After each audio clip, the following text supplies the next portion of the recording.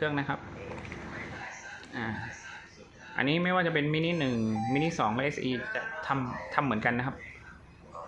จะเป็นลักษณะนี้เมื่อไฟกระพริบอะไรเกิดขึ้นตามปกติแบบนี้นะครับคราวนี้ให้กด1ทีแช่นะครับที่ปุ่มนี้นะครับกดปุ๊บจะดังเสียงดังตึ๊ดแล้วไฟจะวิ่งนะครับไฟจะวิ่งลักษณะนี้นะครับอันนี้คือสัญญาณไบจากตัวลำมันสามารถส่งสัญญาณออกมาได้นะครับลองดูนะครับว่าเป็นแบบนี้ไหมถ้าไม่เป็นแบบนี้แสดงว่าโดนผิดปกตินะครับโอเคนะครับ